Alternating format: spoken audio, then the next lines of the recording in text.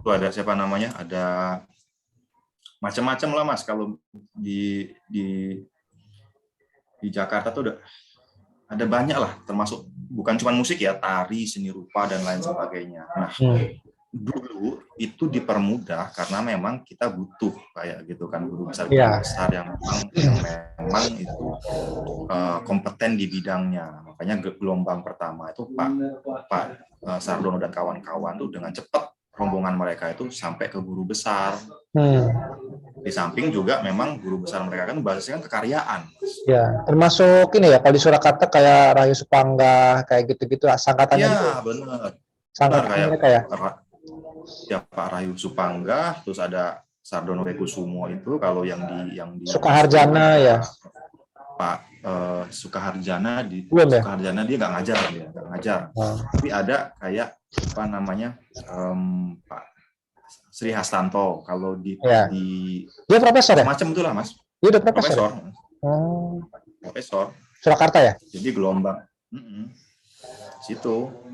Pada akhirnya begitu mereka sudah tua-tua semua, sekarang kan sebagian besar mereka sudah banyak yang meninggal, tumbang semua. Nah, itu jadi ada gap, ada jarak yang lumayan kosong antara generasinya mereka, generasi profesor yang berbasis kekaryaan sama yang sekarang yang memang di-push itu memang basisnya adalah penelitian. Iya.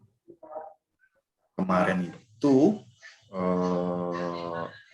tuntutannya mereka, asosiasi itu mereka menuntut bahwa bidang seni itu harus dikasih ruang yang khusus. Jadi bukan dalam bentuk dalam karya ilmiah, tapi karya seni. Nah, tinggal bagaimana standarisasi karya ini yang bobotnya juga setara dengan karya ilmiah, pengakuannya juga pengakuan secara internasional. Nah, itu yang jadi kemarin angin segar itu, katanya tahun ini itu apa namanya mau diputuskan.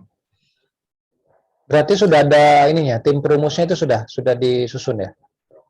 Sudah ada. Kalau kabarnya sih katanya dari tahun lalu mereka sedang godok. Termasuk Prof. Johan juga itu kan ada di dalamnya. Iya betul, Prof. Johan, terus Prof. Bramantio juga bagian dari tim penggodoknya itu. Ya cocok lah. Dan kemarin itu yang benar-benar jadi buktinya, contoh korban dari regulasi ini kan kayak Pak Tisna Sanjaya itu loh Mas. Apa tahu ya, yang dosen ITB, seniman visual, Tisna Sanjaya. Kan kemarin kan dia hadir juga. Nah, Tisna Sanjaya itu kalau untuk karyanya mah udah nggak diragukan lagi lah Mas. Reputasinya internasional, juga sepak terjangnya di Indonesia juga luar biasa. Dia karya seninya itu bukan cuma karya seni untuk kebutuhan seninya, tapi juga seni untuk menggerakkan masyarakat gitu loh, melibatkan masyarakat. Dia itu sekarang lagi diambang pensiun gara-gara nggak bisa nyampe guru besar tuh, gara-gara aturan untuk mencapai guru besar tuh yang dia nggak mau. Dia pokoknya saya kalau mau jadi guru besar basisnya adalah kekaryaan. Iya. Dia sebenarnya dibantu kawan-kawannya untuk nulis karya ilmiah sebenarnya bisa gitu, maksudnya link kurang lebih kayak gitu. Iyalah. Saya nggak mau. Dia nggak mau. Kalau itu bukan basisnya, bukan kekaryaan, bukan kompetensi saya nggak mau. Soalnya kalau memang benar-benar secara karya saya diakui, kemudian negara itu kemudian mengapresiasi karya saya dengan gelar guru besar, saya mau. Wah, seru juga kataku nih. Orang kayak gitu 1-2 paling jarang sekarang. Iya.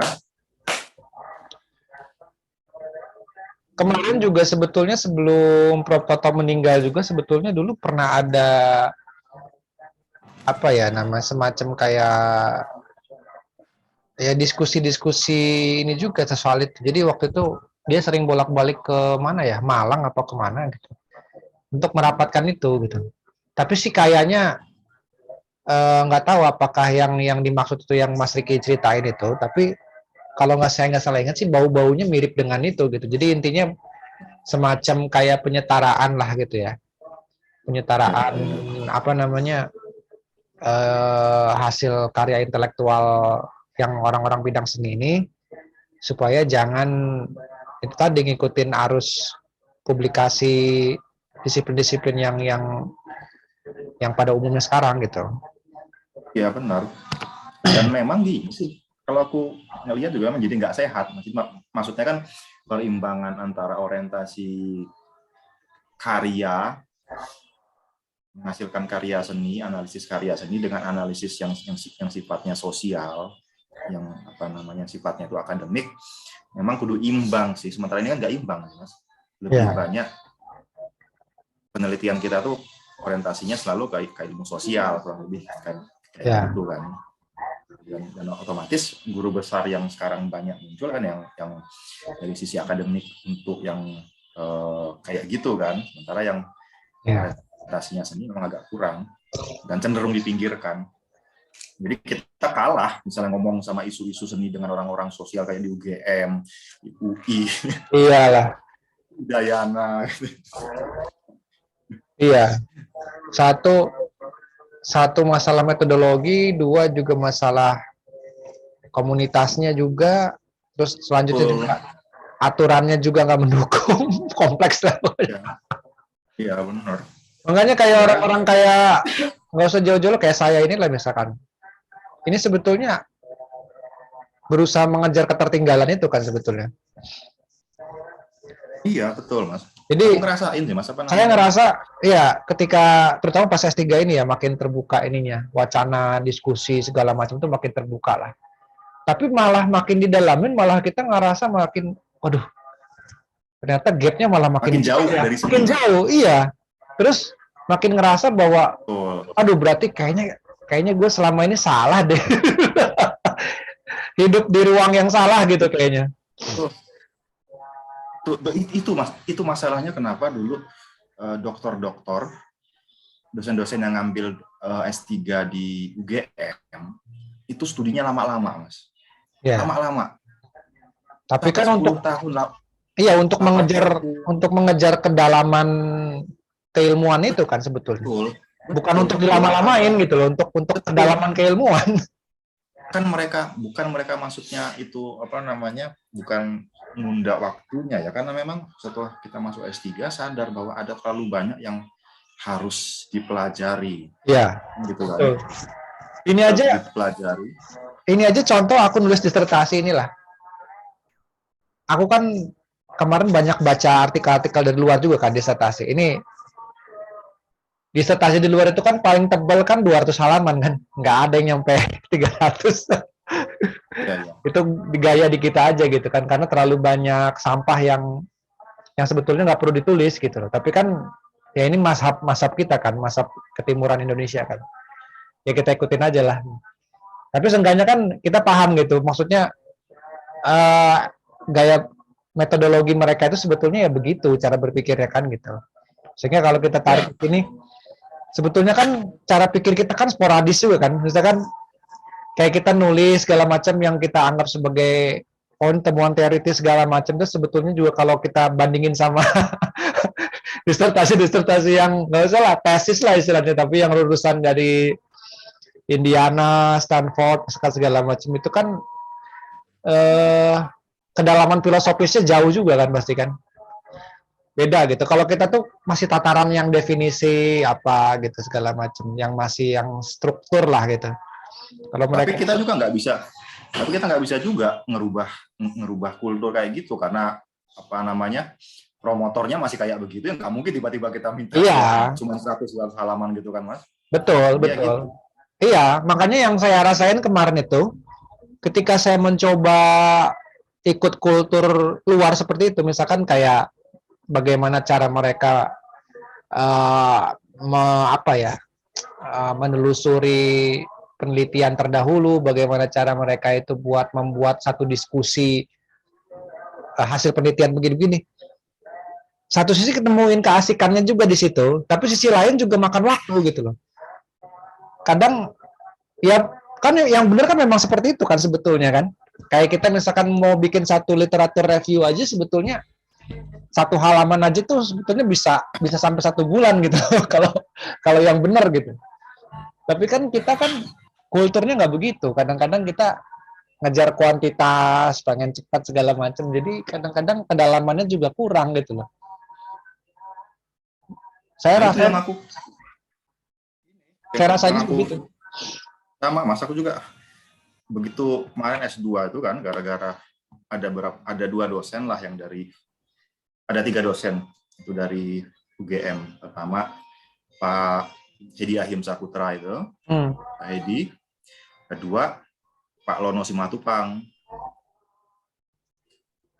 Nah, mereka itu ngajar, Mas, gayanya itu cara ngajarnya kayak di antropologi di UGM. Jadi aku begitu ngedengar mereka Kalau Lono mah nggak diragukan ya, lah.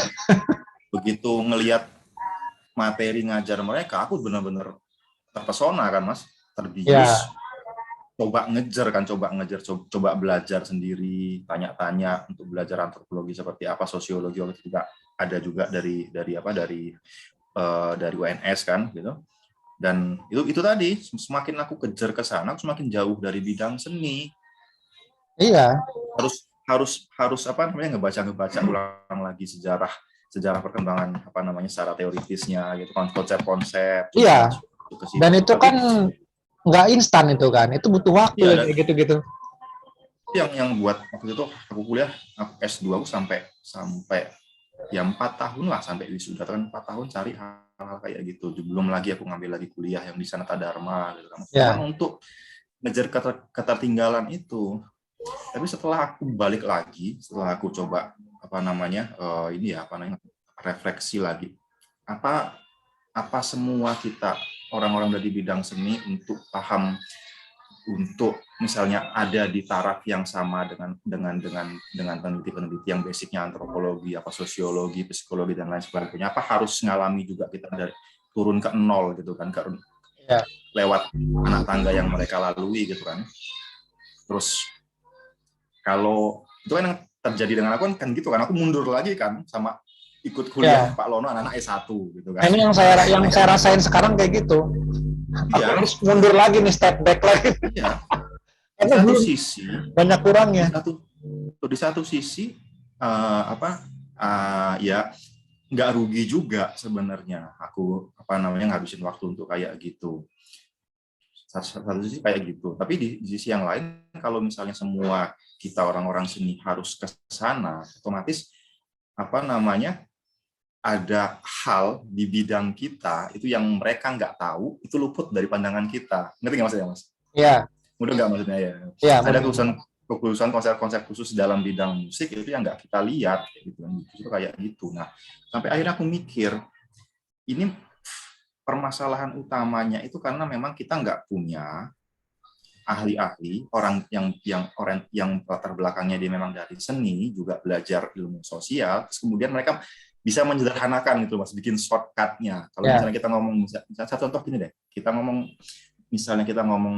soal hermeneutik, tapi kalau di musik tuh kayak apa sih bentuknya? Kan nggak ada. Kalau kita ngomong fungsionalisme struktural, kalau di musik itu bentuknya kayak apa sih? Kan nggak ada kan. Otomatis kita harus mundur ke belakang ke bidang yang umum. Setelah itu baru kita coba nyari kait-kaitannya dengan musik. Oh, kalau di musik kayak begini. Coba kalau misalnya kita dari awal punya ahli yang kayak begitu, otomatis lebih cepat, Mas. Nggak buang waktu kita. Iya. Makanya kan sial benar. Kita ada di generasi yang memang harus susah kayak begini memang. Iya. Satu karena memang keterbatasan SDM untuk bisa mengkaji dan meneliti itu, dan belum ada kemampuan sih saya pikir kalau kemampuan saya pikir adalah orang yang bisa, beberapa orang yang punya itu, cuman itu tadi balik lagi ketika dia harus bersinggungan sama aturan administrasi yang ada di kita, ya kadang-kadang usaha-usaha kayak gitu juga mental lagi gitu loh. Termasuk kan kayak kita misalkan gini, kayak misalkan saya juga ngerasa kayak gitu, saya bisa mundur lagi nih, saya mau bercapek-capek mundur gitu ya, mundur beberapa langkah gitu untuk bisa mendalami itu. Tapi masalahnya kan kita ini time frame-nya kan jalan terus gitu. Jadi maksudnya kita ada punya banyak variabel, misalkan ini besok ada harus menuju lektor kepala, harus begini. aturan begini. Ngurusin BKD lah. Itu kan variabel-variabel yang bikin hal-hal semacam itu kan jadi distraksi terus kan. Kita Ya, betul. kita mau mundur ke belakang nih. Saya bersedia gitu. Tapi siapa yang mau menjamin variabel-variabel yang ada di depan Semua mata hal kita? lain yang iya betul. Iya. Yang mengganggu kerjaan kita itu. Jadi kita pada akhirnya tarik-tarikan gitu loh. Kadang-kadang ya saya pikir sampai kapanpun ya, selama kita masih hidup di negeri ini gitu, kalau sistem masih sama kayak gini, kita nggak akan bisa sampai kedalaman apa ya, kajian, kedalaman keilmuan yang benar-benar mumpuni seperti apa yang mereka lakuin gitu dengan studi-studi di luar gitu. Karena memang sistemnya nggak memungkinkan kita buat kayak gitu.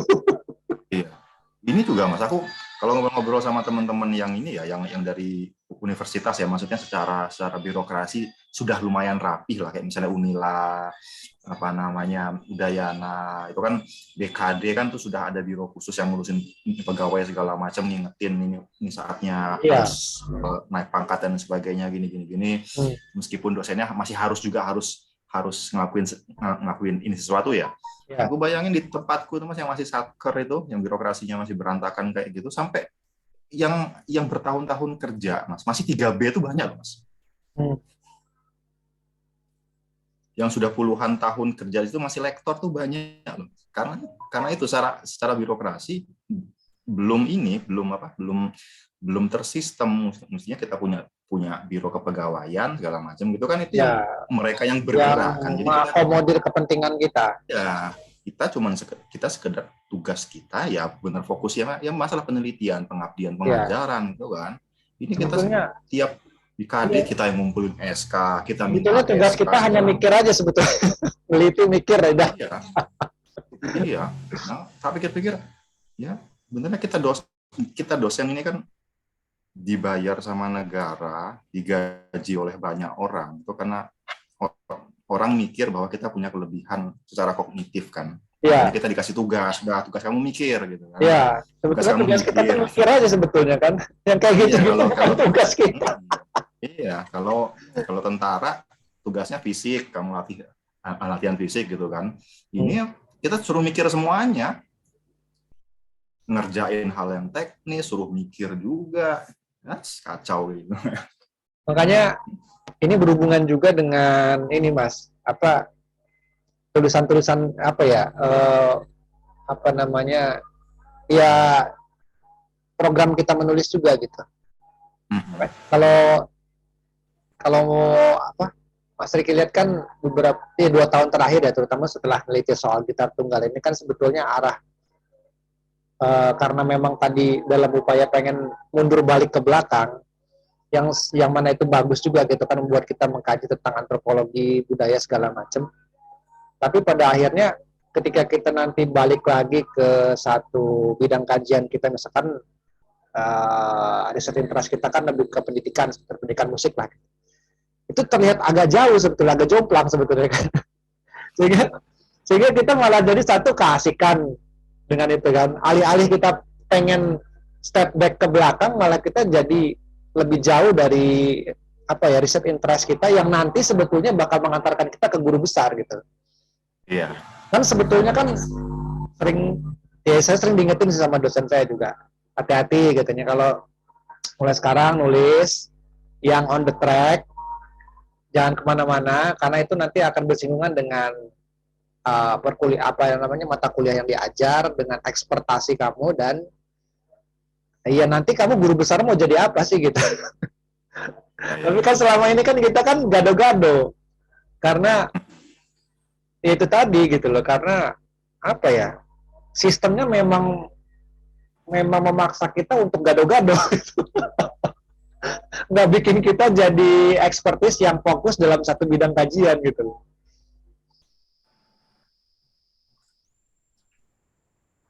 Yang lucunya yaitu ketika kita dituntut jadi guru besar, kita malah dituntut untuk fokus gitu loh. Padahal dari awal nih kita disiapkan dengan sebuah sistem administrasi yang nggak memungkinkan kita jadi fokus. Tapi di akhir-akhir kita diminta fokus gitu, gimana?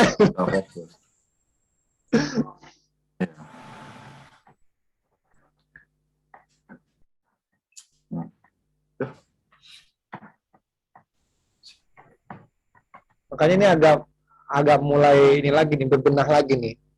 Udah, kita balik lagi on track lagi lah. Coba kira-kira dari pendidikan musik itu apa sih yang bisa kita, ya karena kan kayak Mas Riki juga kan walaupun backgroundnya atau polo kan tetap ngajar musik. Iya. Seni musik, pendidikan bukan? Pendidikan kan?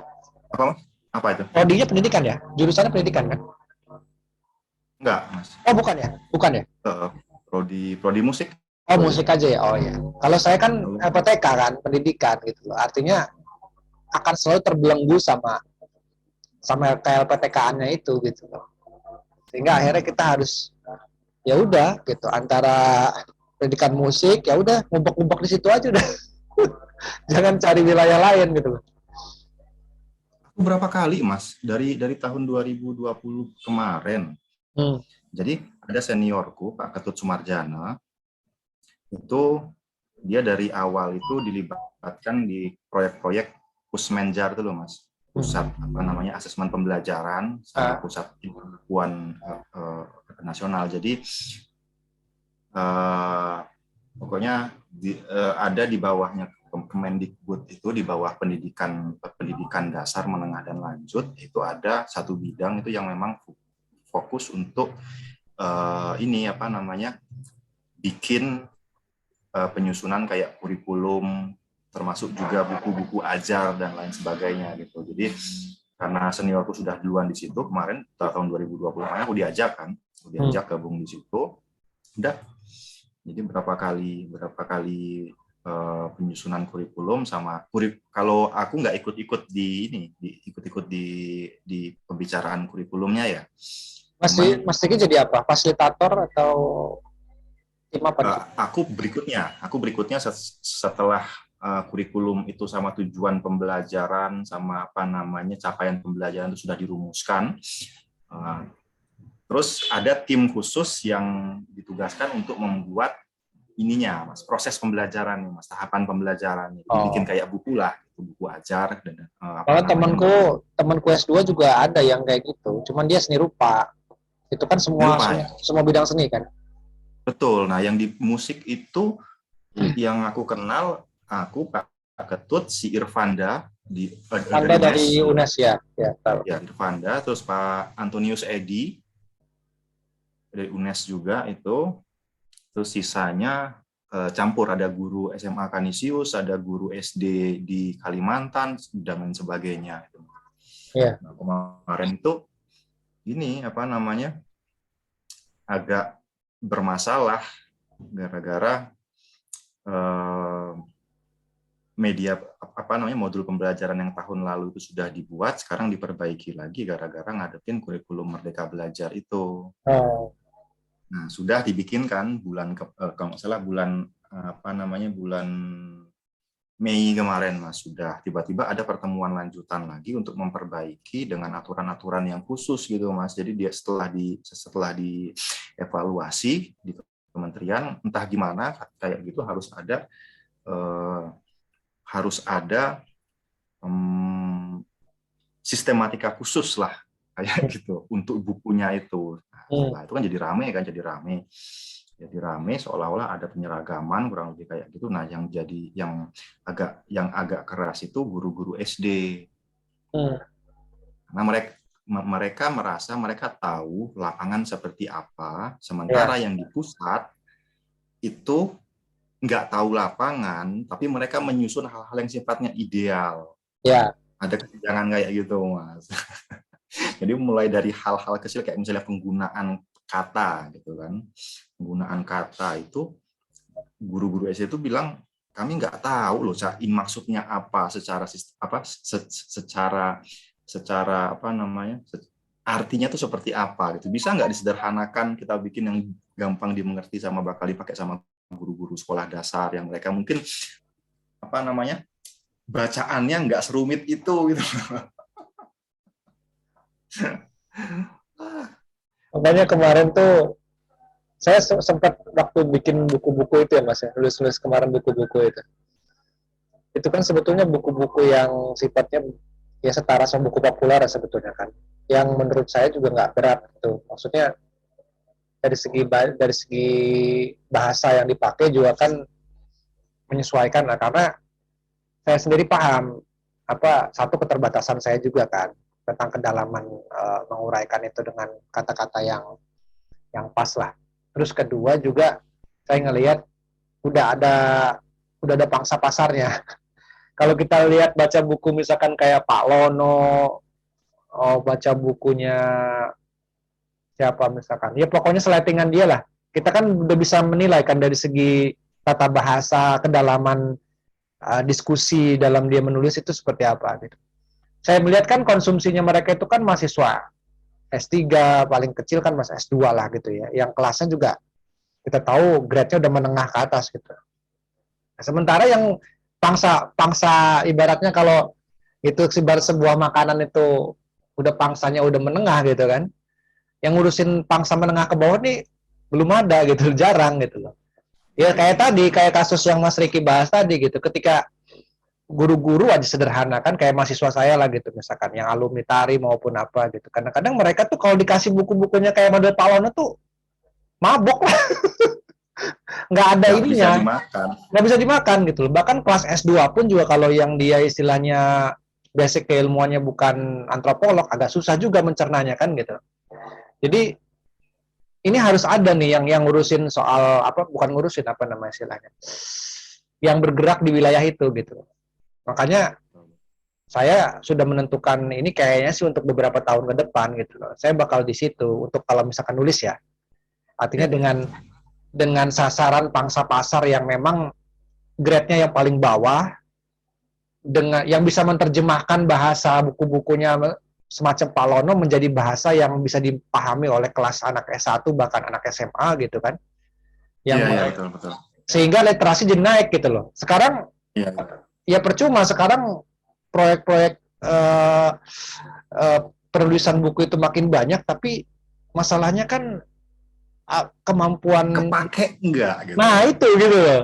Saya lihat misalkan katakanlah misalkan di UGM, misalkan di prodi apa gitu ya, dia produktif lah katakanlah, dia bikin buku-buku seni segala macam, pengkajian segala macam. Oke, gitu itu ideal bagus. Tapi masalahnya bisa Iya, iya. dicerna nggak sama masyarakat kita nih, sama mahasiswa lulusan Unila lah gitu, nggak usah jauh-jauh. Iya, Bukannya kita merendahkan ya. Ini iya, memang iya. kenyataannya seperti itu gitu loh. Kenyataannya memang seperti itu gitu loh. Kadang-kadang Persis. kita dikasih buku-buku yang ibaratnya yang paling menurut saya yang paling aman tuh ya model-model kayak Pak Bono lah, Pak almarhum Pak apa Pono Banu lah. Itu agak agak agak mending gitu loh, agak populer lah gitu. Itu bisa dipahamin yang menengah ke atas, ke bawah juga masih bisa gitu loh. Itu yang menurut saya. Nah ini harus ada yang ngurusin itu, harus ada yang concern Iya, di wilayah itu gitu. Nah saya kayaknya sudah menentukan bakal betul, betul, Mas. di situ untuk beberapa. Iya. Ini kemarin yang sempat aku obrolin sama si Sani, Mas, temanku itu yang barenganku di Bali. Kan dia kan juga lulusan UNES loh kan, S1. Iya. Cuman dia pokoknya dia UGM. Jadi dia ini bingung antara mau menyederhanakan atau memperumit gitu kan. Kalau misalnya kalau melihat dari pendidikannya gitu kan, dia tuh senangnya menyederhanakan. Dia senang ngajar-ngajar anak kecil gitu, Mas, ngajar-ngajar musik untuk di sekolah dasar. Dulu dia juga ngajar di ini apa di kolase apa namanya yang di Semarang itu. Kolase apa sih aku lupa, pokoknya sekolah Katolik itulah, Kanisius gitu. Dan dia senang, passion dia memang di situ, tapi begitu masuk UGM Lu sama lo diperumit kan? akhirnya dia bingung mau gimana ini kan. Nah, itu tak kasih saran itu kan, ya, kalau misalnya memang mau, kalau misalnya mau ikut tradisinya UGM, ngomong pendidikan, tapi dengan kacamata ilmu sosial gitu kan, Mas. Ya. Sempat kita pernah ngobrol dulu, Ya. pernah kita ngobrol zaman dulu. Artinya pendidikan itu juga kan bisa dikaji lewat perspektif historis gitu kan. Ada juga banyak kacamata kalau kita pakainya kacamata ilmu sosial gitu kan. Tapi juga sebelum kita ngomong itu, sebelum kita ngomong hal-hal yang rumit kayak begitu, kita punya masalah nggak sih dalam pendidikan musik di tempat kita ini? Katanya. Untuk hal yang jelas pun, hal yang sederhana pun, kita ini masih kedodoran loh. Iya. Kayak misalnya ngomong buku lah, kalau kita ingat-ingat dulu, zaman kita sekolah SD dulu, yang kita ingat tuh apa sih pelajaran apa seni musik? Kan hampir nggak ada mas, kecuali nyanyi kan? Iya. Kecuali nyanyi. Nah, bisa nggak kita ngelengkapin? Paling nggak kita punya yang apa namanya pendidikan musik hari itu bisa ngasih kontribusi untuk kira-kira ngasih model yang paling mungkin untuk kita terapkan di Indonesia. Itu kan pertama itu hubungannya sama praksis. Kalau secara teoritis siapa yang mau menyederhanakan anak yang nol ya mas, anak yang nol belum pernah belajar musik masuk ke ISI belajar musik, mereka dalam sebagai orang dewasa bisalah mereka belajar notasi balok gitu kan mas. Maksudnya nggak ada masalah lah dengan bahasa kita gitu kan. Tapi untuk anak sekolah dasar siapa yang menyederhanakan ini gitu kan? Iya. Sementara kalau kita ngelihat di buku-buku luar, buku-buku modul pembelajaran luar itu banyak banget kan mas. Jadi buku-buku bergambar untuk anak sekolah dasar itu yang jelasin cuma ngebaca notasi itu dengan cara kayak begitu. Nah itu kan nggak ada yang peduli soal itu mas. Semua orang-orang S2 pendidikan, S3 pendidikan, kebanyakan tuh kan ngomongan pasti sejauh yang aku tahu ya itu pasti ngomong soal teknologi pendidikan. Ngomong soal kurikulum, ngomong soal asesmen pembelajaran, itu konsep-konsep yang sudah tinggi-tinggi. Iya. Ya, termasuk kita juga banyak bicara konsep sebetulnya. Betul. Tapi nggak ada yang ngurusin di bawah itu tadi, yang kayak Mas Rian bilang tadi itu. Kalau misalnya ada yang ngurusin di bawah, ini pasarnya besar banget. Dan dulu itu pernah MSPI. Masyarakat Seni Pendidikan Indonesia dulu itu ada Endo Pak Endo dan kawan-kawan itu mereka pernah nerbitin satu proyek itu yang untuk dipakai buku-buku seni yang untuk dipakai. Aku pernah baca kok itu dulu. Serinya banyak banget itu. Betul, seri banyak benar. Ada musik, ya termasuk salah satunya yang ditulis oleh Pak Irwan Syahharahap itu kan musik Dawai. Iya benar, yang musik Dawai. Ada juga musik apa itu ada. Ya pokoknya yang gabung sama karyanya ya Polski itu yang 20 Iya benar. Nah itu kan satu langkah buat aku yang berarti lah. Iya. Cuma walaupun udah nggak ada, tapi nampaknya masih sampai sekarang itu. Iya. Iya. Cuman sayangnya itu cuman mulai dan berhenti di apa untuk SMA kalau nggak salah dia itu. Tapi untuk SMA kalau aku nggak salah.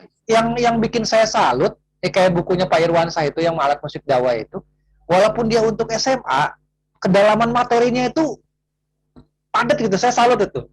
Tapi bahasanya gampang, kedalamannya maksudnya, komprehensifnya, kebahasannya dia gitu. Tapi bahasanya gampang gitu, itu yang bikin saya salut itu di situ.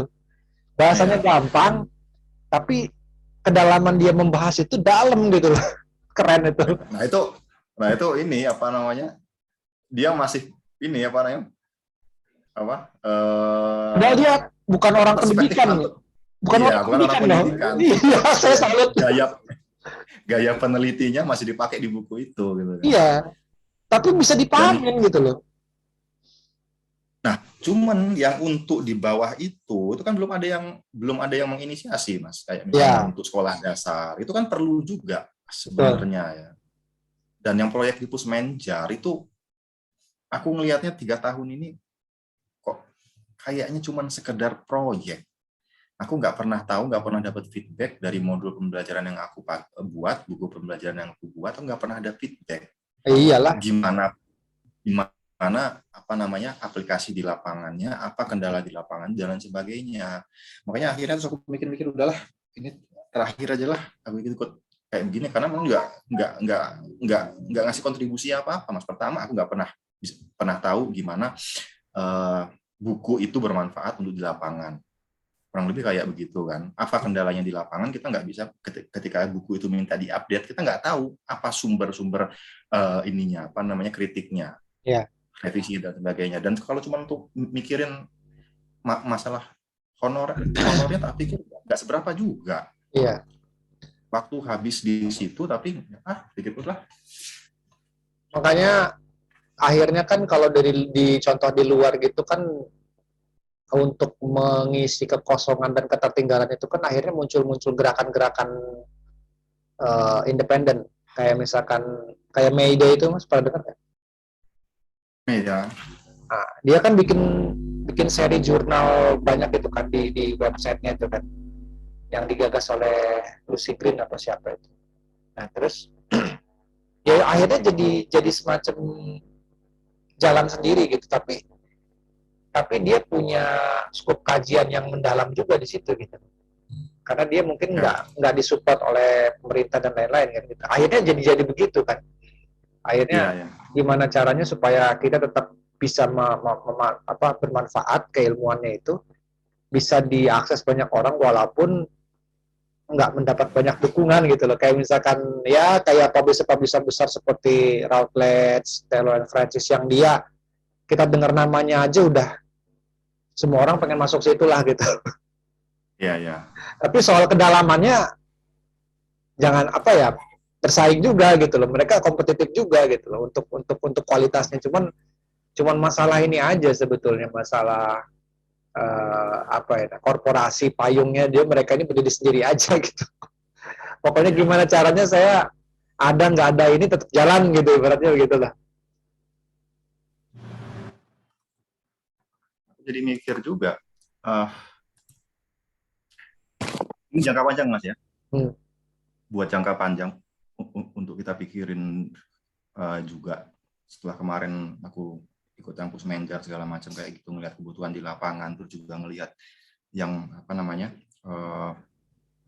kurikulum belajar merdeka ini, aku jadi ini Mas, pengen buat satu buku ajar musik itu yang kita nggak ngomong soal permukaan luarnya. Maksudnya permukaan luar itu maksudnya kita nggak ngomong soal alat musik gamelan, alat musik dan lain sebagainya gitu. Jadi kita ngomong soal kemampuan dasar musikal. Jadi kemampuan mendengarkan ritme, mengikuti ritme dan lain sebagainya, ngikutin melodi dan lain sebagainya gitu. Jadi kita benar-benar fokus ke kemampuan dasar musik.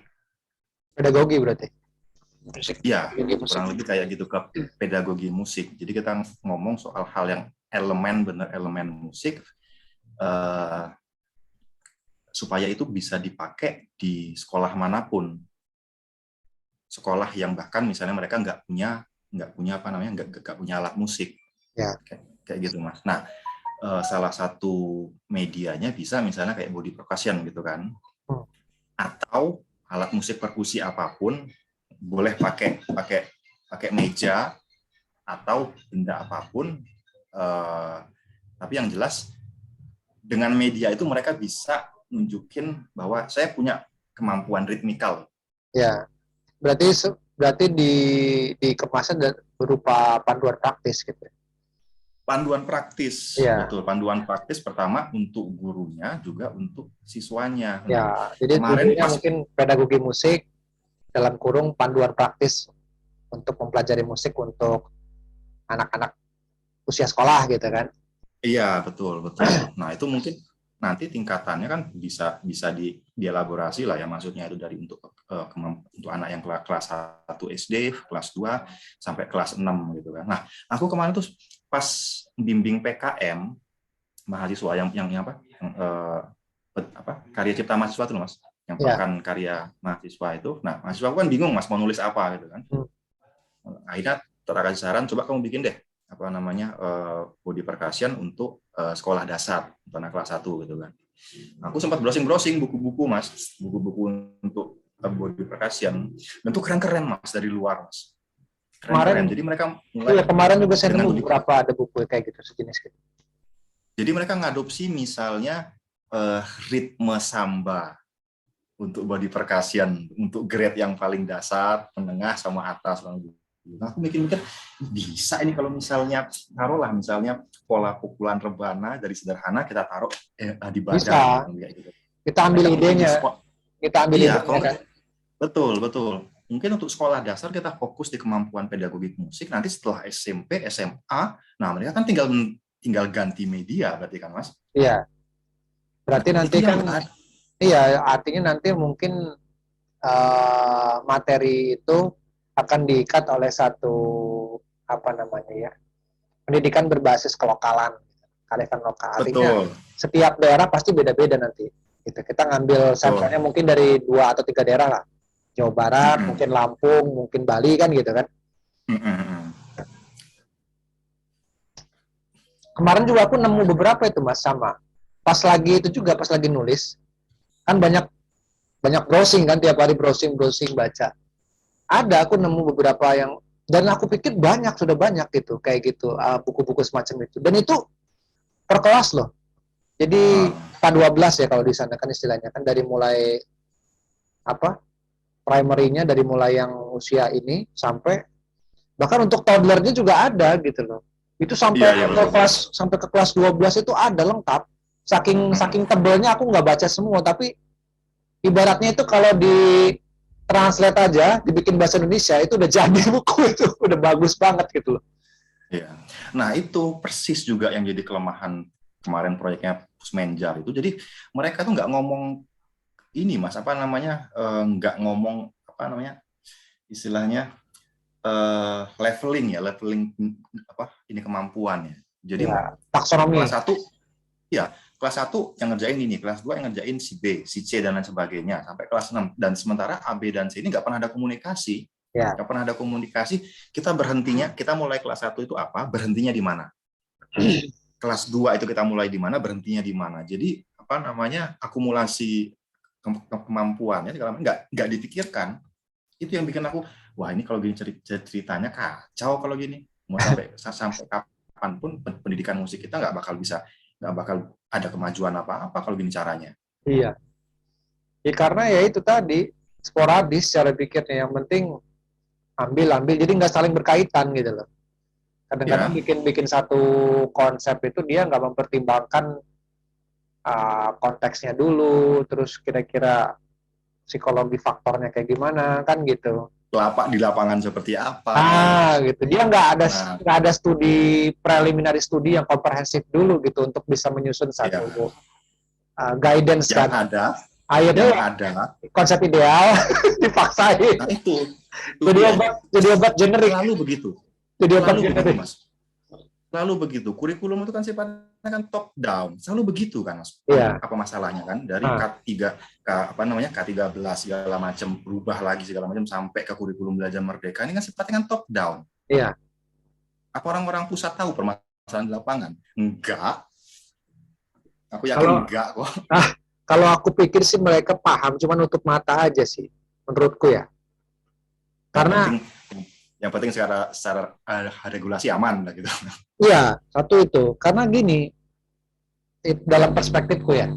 Karena satu terlalu kompleks, terlalu banyak yang harus dibenahi dan bahkan seorang ya forum rektor Indonesia pun juga nggak bisa merubah itu gitu.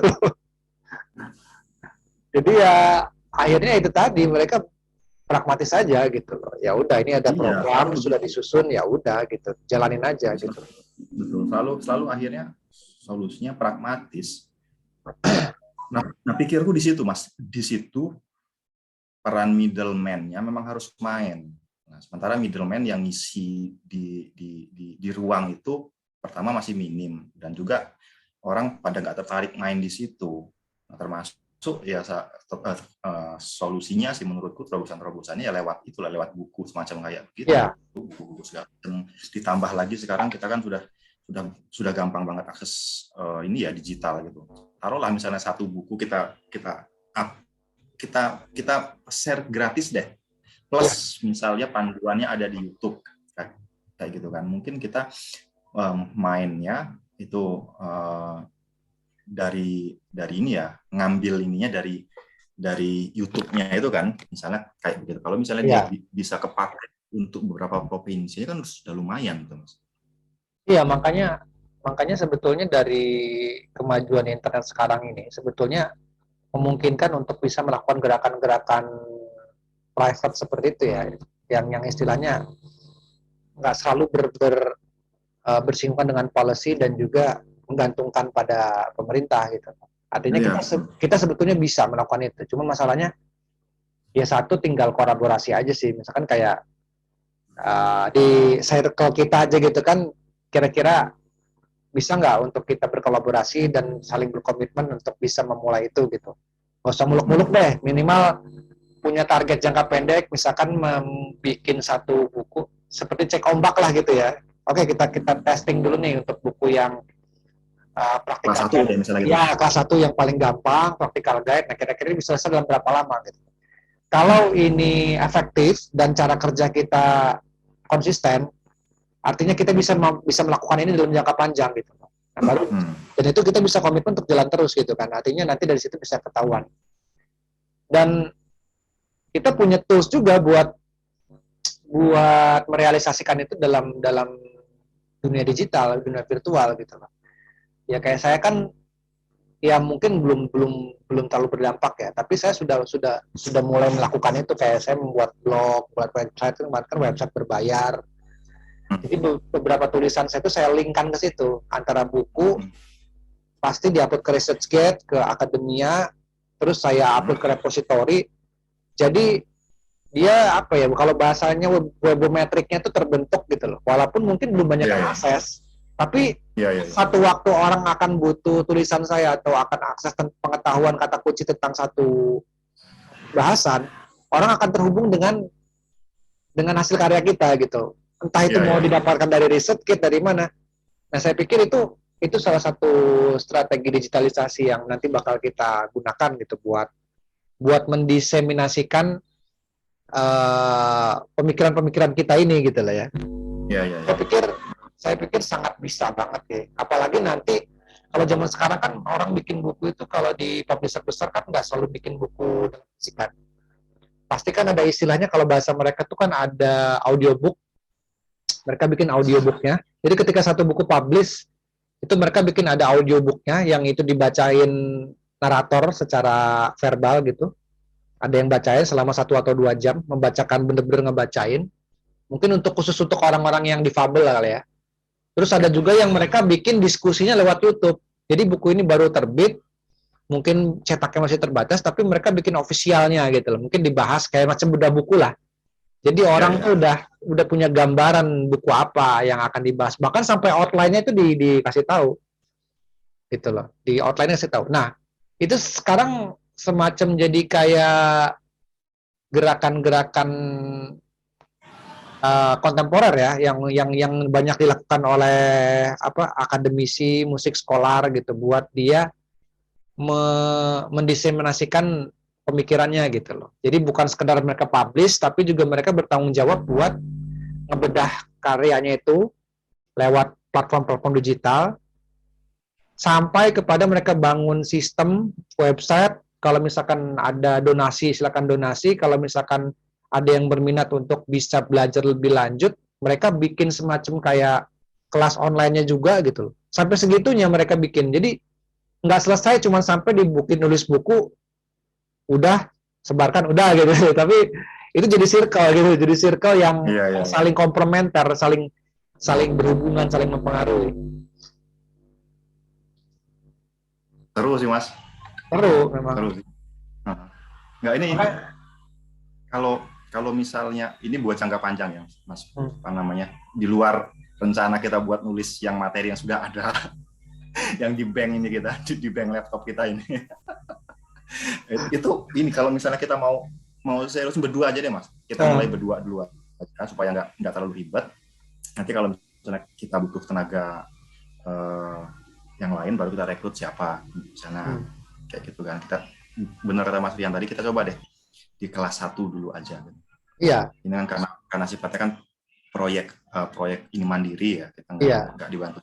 Kelas 1 aja, kita mulai yang dengan cara berpikir yang paling pragmatis deh, bahwa buku ini akan dipakai oleh guru yang yang minim pemahaman tentang musik, untuk diajarkan untuk anak kecil kayak gitu kan. Kita support nanti itu dengan audio ya lewat internet dan lain sebagainya gitu kan untuk memudahkan. Nanti belakangan kalau misalnya sudah kebentuk buku yang sederhana, kecil, tipis, itu nanti bisa kita itu tadi kayak Mas Rian. Iya, tinggal marketingnya aja. Tinggal itu bisa kemana-mana tuh. Kita bisa kemana-mana. Yang penting produknya ada dulu, produknya jadi dulu gitu. Iya, betul. Nah, pada akhirnya juga kita ngomong ini kan soal metode ya. Kita ngomong soal metode ya. Kalau misalnya kita mau pakai metode siapalah misalnya di Indonesia, bisa aja mungkin kita pakai metode Suzuki, Kodali dan lain sebagainya gitu kan. Tapi persoalannya itu belum tentu. Pertama kita pelajari ulang, kita kerja 2 kali kan Mas. Kita pelajari dulu, kita ngelihat kebutuhan di lapangan seperti apa, kemudian baru kita masukkan ke situ kan. Kalau kita kerjanya 2 kali, kita kemarin aku diundang oleh Ari Palawi itu, yang forum edukasi itu, aku bicara soal itu, persis ngomong soal itu. Jangan selalu berbicara Kodali metode, sinisi, segala macam, tapi kita punya etnopedagogi loh gitu. Iya.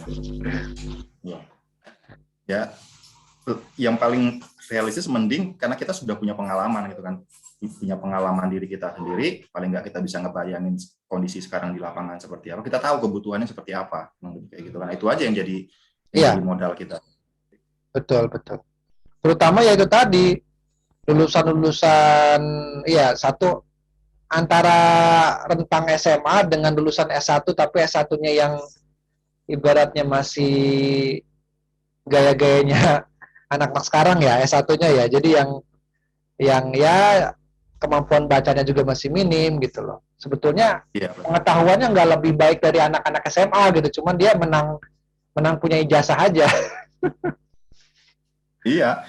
Nanti inilah masalah publikasi segala macam seperti kayak Mas Rian tadi. Kalau itu bisa dipikirin gampang nanti, bisa dipikirin. Paling nggak nanti kalau sudah ada bukunya, kita coba cek di lapangan seperti apa, itu bisa jadi bahan yang nggak bakal selesai Mas ya. Iya. Maksudnya bisa jadi penelitian baru dan sebagainya, bisa jadi kalau misalnya memang berhasil kita bikin pelatihan dan sebagainya. Ada ini Mas, aku kan kemarin ngajuin ke BRIN ya. Udah cerita belum sih aku sama Mas Riki? Belum. Dan riset itu. Oh iya. Iya. Aku ngajuin terus lolos tahap 1 lolos. Aku ngajuin 3 buku kemarin. Aku ngasih naskah 3 buku, yang baru direview 1 buku.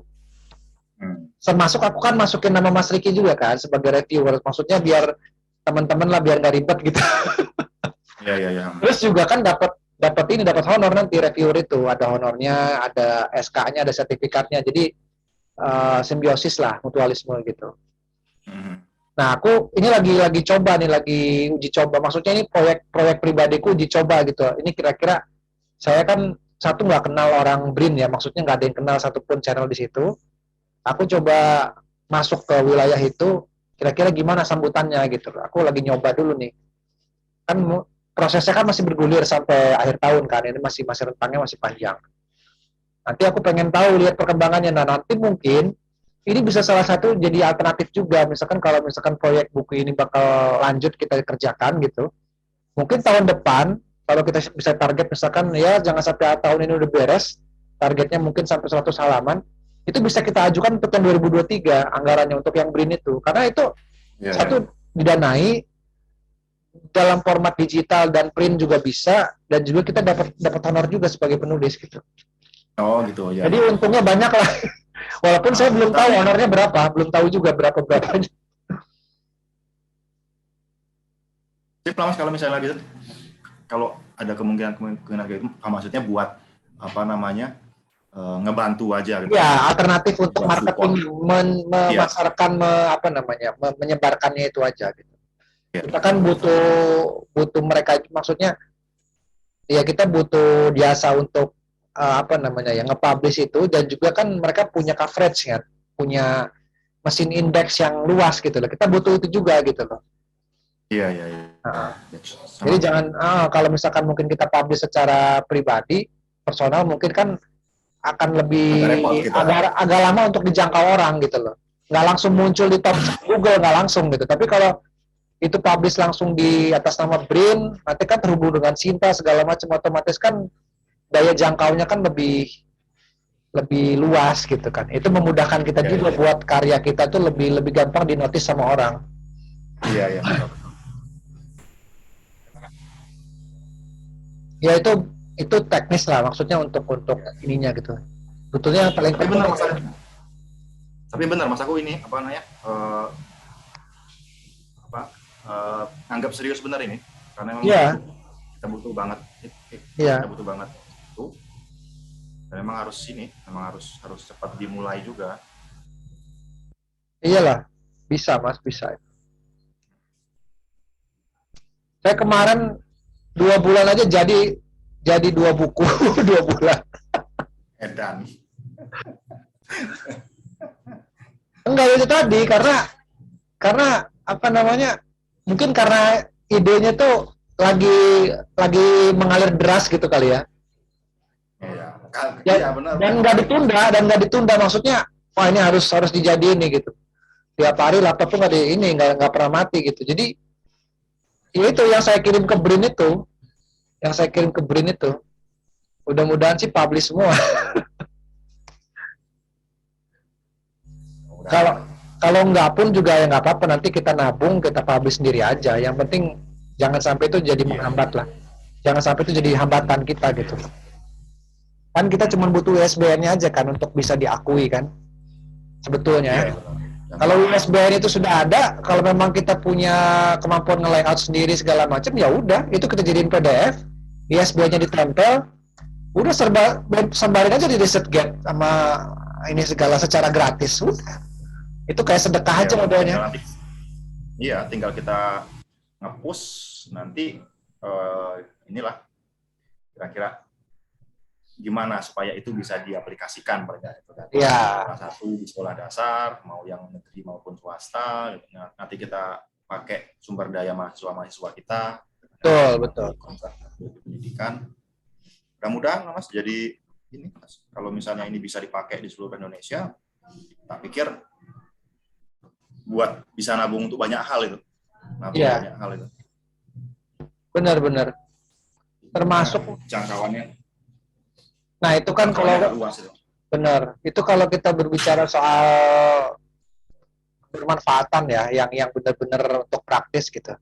Nah sekarang kalau kita bicara konteks kita nih sendiri nih, maksudnya dalam rangka mengepus karir kita nih sebagai dosen nih, kan berhubungan dengan produk.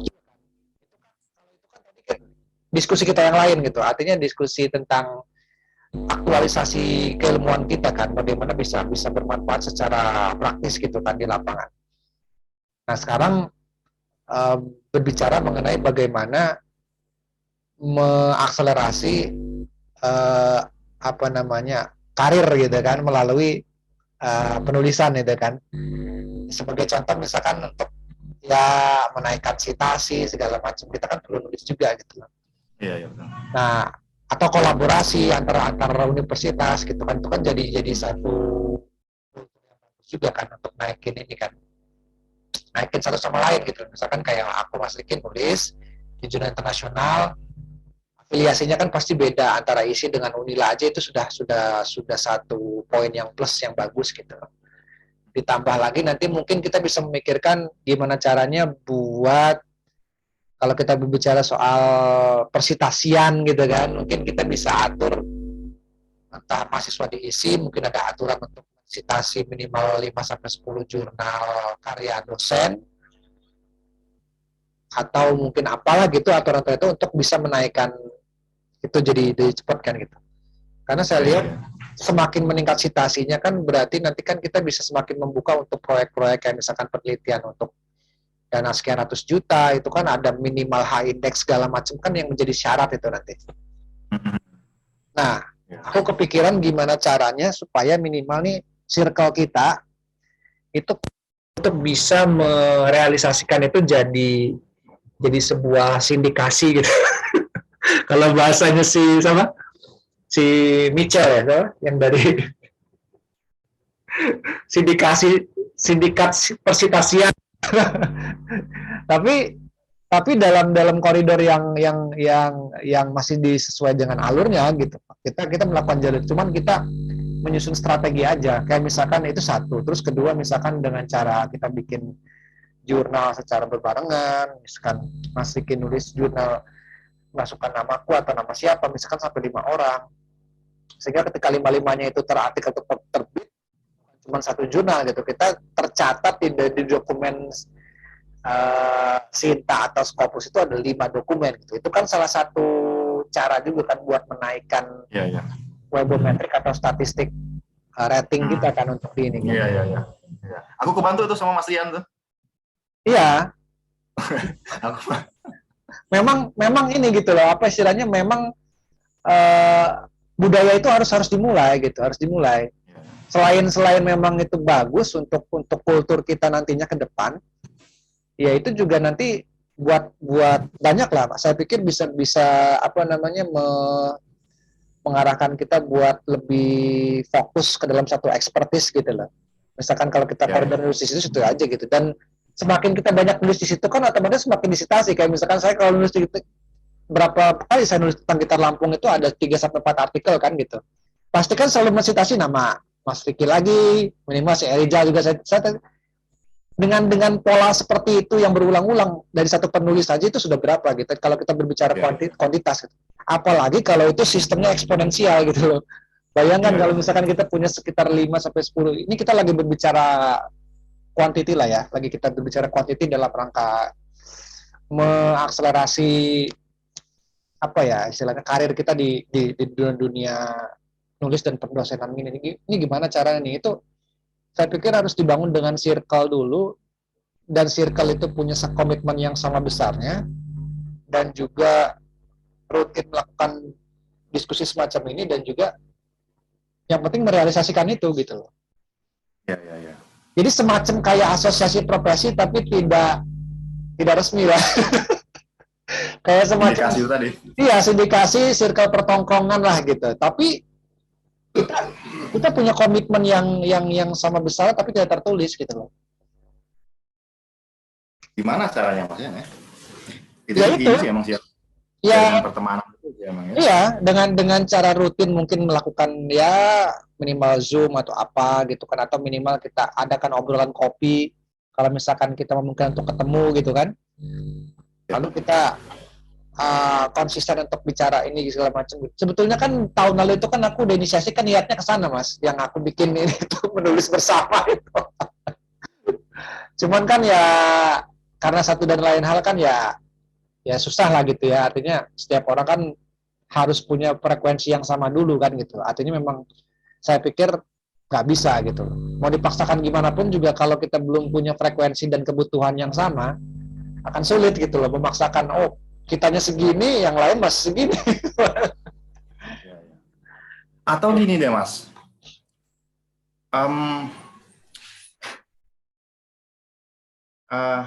ini sih cara yang dipakai sama apa namanya Malaysian Music Journal itu loh, MGM. Ya, MGM ya. Malaysian Journal of Music apa? Journal of Music ya, salah ya. Jadi kan kebetulan temanku kan juga reviewer di situ kan Pak Sudirana itu.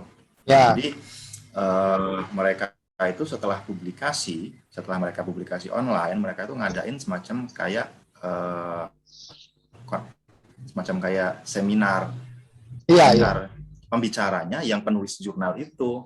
Iya. Jadi dia kasih penjelasan background studinya seperti apa di artikelnya itu, terus temuannya apa dan lain sebagainya. Terus ada diskusi di situ. Iya. Tapi itu kan traffic jurnalnya ya. Iya. Nah, itu juga tapi sebenarnya bisa juga kita pakai sebenarnya Mas, untuk paling enggak di circle kita, paling enggak ngasih tahu, ini loh aku punya tulisan baru sekarang kaitannya dengan ini, ngomong soal ini segala macam. Jadi maksudnya kita ngumpulin teman-teman yang habis publish artikel, suruh dia ngomong deh. Iya. Kan nggak berat sih. Circle. Iya. Jurnalnya sudah ada, tinggal ngomong aja udah. Kita kasih waktu di situ, terus plus nanti entah gimana teknisnya supaya kita punya semacam kayak list gitu loh, list judul-judulnya Kalau kita mau nulis apa, oh ini si ini dulu pernah ngomong soal ini, kita bisa ngelihat oh ini si ini. Nah, termasuk juga di dalamnya di situ kita bisa mulai ngomong untuk nge-push citasi satu sama lain. Ini kan ini Mas Rian gerakan ngomong-ngomong ini Mas Rian punya Zoom ini ya, Zoom berbayar ya? Berbayar. Nah, mantap sebenarnya, modalnya cuma doang sebenarnya. Sebetulnya cara ini tuh bukan pola baru sih. Sebetulnya ini sudah dilakukan oleh content creator sebetulnya. Kayak misalkan kalau Mas Riki sering aktif di Facebook, itu kan sudah mulai kayak sekarang kan orang sudah mulai banyak bikin YouTube kan. Dosen-dosen kan sudah mulai banyak bikin YouTube sekarang kan, sudah mulai latah lah bikin YouTube. Nah, mereka tuh bikin satu arus gerakan apa ya istilahnya, masuk ke dalam satu, mereka bikin grup yang itu berisi puluhan ribu dosen YouTuber pemula, dan itu mereka saling di satu postingan, misalkan ada satu adminnya, silakan masuk komen dengan memasukkan tautan link kanal YouTube Anda. Nanti semua tuh semacam kayak punya kewajiban untuk saling mensubscribe, saling like segala macam gitu, walaupun nggak saling kenal. Nah, itu kan semacam gerakan atau movement di dunia virtual sekarang gitu, yang berkembang gitu. Saya pikir itu juga diadopsi oleh mereka sih, gaya-gaya seperti itu gitu.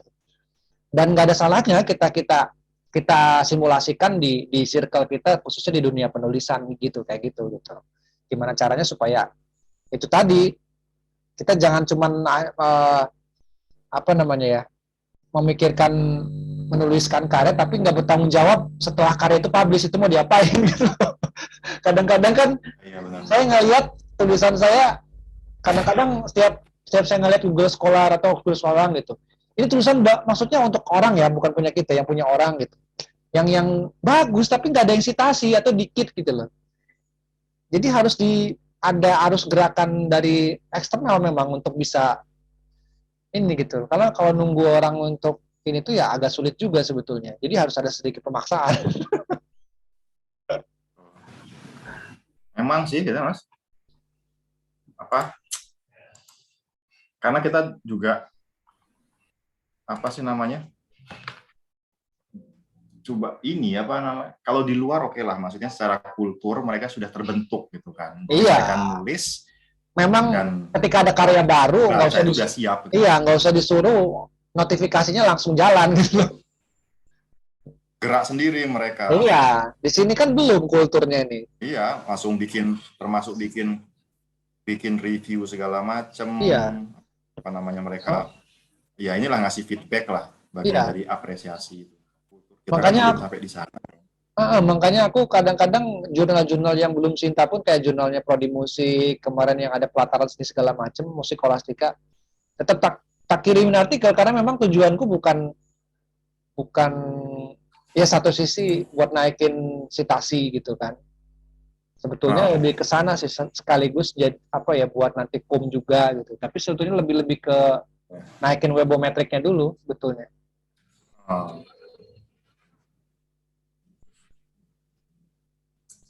Sampai kepikiran aku bikin buku metodologi penelitian musik, kayaknya belum ada deh, jarang ya di kita. Metode penelitian musik? Maksudnya untuk praktikal guide-nya gitu loh. Atau mungkin sekedar bunga rampainya aja kan jarang di kita. Belum pernah nemu gue malah. Iya kan? Belum ada kan? Sedangkan metode itu pasti dipakai oleh anak S1 minimal untuk bikin skripsi gitu. Bayangkan kalau kita bikin itu, semua perguruan tinggi minimal ngutip itu, mahasiswanya itu cepet banget tuh.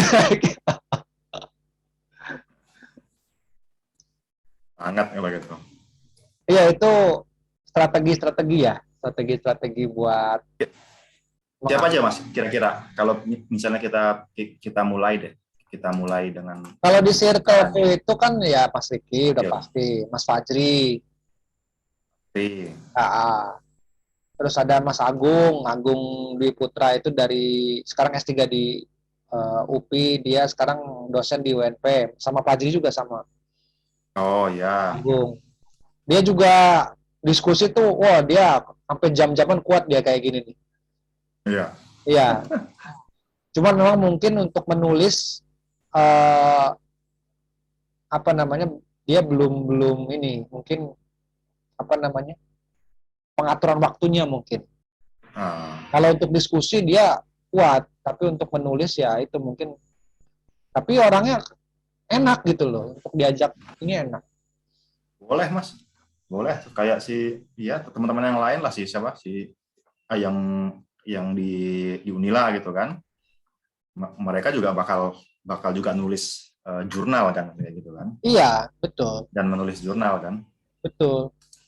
Ya sebetulnya karena mereka belum belum sadar urgensi seberapa besar urgensinya aja sebetulnya. Sehingga hal-hal seperti ini kan jadi seolah diabaikan kan gitu. Padahal sebetulnya nanti ketika mereka sudah sadar, wah itu bakal nyari Iya sendiri. juga. Iya. Makanya sebelum menurutku ya mending dari sekarang kita kita ini kan gitu untuk kita investasi 10 tahun ke depan kan.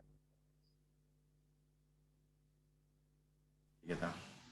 Termasuk di harmo apa namanya perskopusan pun juga itu kita harus memikirkan juga nih Mas, minimal di circle kita lah. Di circle kita gitu. Jadi bagaimana saya berpikir gimana circle kita yang kecil ini itu bisa saling ngangkat kita satu sama lain memberikan kredit gitu dan bisa ngangkat kita gitu secara karir ya, secara karir dan juga webometrik gitu loh. Nggak usah banyak-banyak lah, mungkin 5 sampai 6 orang gitu udah. Tapi itu benar-benar solid, konsisten udah. Misalkan komitmen yuk, kita tahun ini bikin minimal satu artikel Scopus. Kali 5 aja udah berapa semuanya terbit dalam waktu yang dalam 1 tahun itu kan udah 5, berat gitu. Itu sih ini teman saya, siapa? Albert, kenal nggak? Albert. Dia S3 di Unila sekarang. Sama Bambang sama Gede itu. Kawan saya yang ini, yang dosen-dosen Unila itu, yang tapi di jurusan bahasa. Saya kemarin ngelihat udah ada 11 apa Scopusnya itu dalam setahun. Dan Dan itu bukan bukan satu pencapaian yang apa ya? Ya itu hebat sih dari segi strateginya saya akuin hebat gitu. Tapi belum tentu dari segi kedalaman keilmuan gitu. Kan kita nggak berbicara tapi yang itu, kita berbicara iya, iya, bagaimana iya, strategi ada pragmatisme. ruang, iya betul. Ada ruang kita bicara kualitas, ada ruang kita bicara kuantitas. Nah, Kita ini kadang-kadang lemahnya di ngomong kuantitas, Mas. iya, iya gitu loh. Nah, ini begitu mulai masuk ini, kita ngomong soal ini, boleh Mas kalau misalnya ini mau rencana kita nulis artikel tapi yang lumayan serius lah, maksudnya mau masuk ke inilah, masuk ke Scopus gitu. Ah, Dengan bahan yang sudah ada nih ya. Jadi kan ini kan kita kan udah mulai, kita sudah ngumpulin banyak data-data lapangan gitu kan. ya. Bagian besar tulisan kita kan sudah dipublish gitu kan, dipublish di jurnal-jurnal lah. Kira-kira isu apa yang bisa ngerangkum itu semua, jadi kita bikin tulisan yang lumayan inilah, yang maksudnya Saya bisa kita. siap. Saya udah nulis beberapa ini sih. Tapi ini dalam perspektif pendidikan musik ya. Oh, Sama ini yang berhubungan dengan gitar tunggal sih karena kan kita kan lagi riset tentang itu kan. Jadi yang lebih yang paling gampang aja. Kebetulan Mas Riki juga kan risetnya di situ. iya, iya. Ada beberapa kata kunci. Satu, saya baca artikel tentang apa hidden curriculum. Jadi bagaimana praktik pertunjukan musik di daerah lokal itu, kalau kita asosiasikan sama gitar tunggal gitu ya, atau musik-musik tradisional setempat di Lampung, itu kan sebetulnya sama apa namanya, sama berdampaknya dengan proses pembelajaran di sekolah formal gitu. Maksudnya kalau kita lihat outputnya ya, senimannya jauh lebih jago daripada yang sekolah formal gitu kan. Artinya mereka sangat praktis banget gitu loh untuk bisa itu. Itu kan dari proses kognitif, dari proses praktis berlatih gitu. Cuman tidak terdefinisikan kan gitu. Maka kita lihat dari kacamata pendidikan formal itu ada istilah hidden curriculum itu gitu loh. Bahwa sebetulnya mereka sebetulnya belajar para seniman-seniman itu tetapi dengan model pembelajaran yang berbasis pengalaman, ya kan, yang berbasis performatif lah, apa namanya istilah, performance ya, performance uh, kayak gitulah pokoknya. Nah, jadi itu mungkin kita bisa angkat jadi satu isu juga kalau kita pengen nulis yang seksi juga menurut saya kalau kita dalam konteks pendidikannya gitu ya. Jadi kan selama ini kan kita narik dari aspek sosio budayanya terus nih untuk ya ambil contoh gitar lah gitu ya, gitar tunggal gitu ya.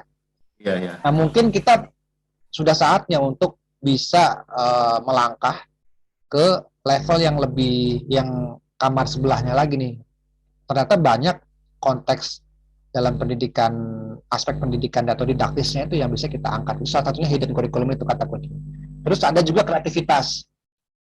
Ada kreativitas, konsep kreativitas. Jadi konsep kreativitasnya saya bacanya begini.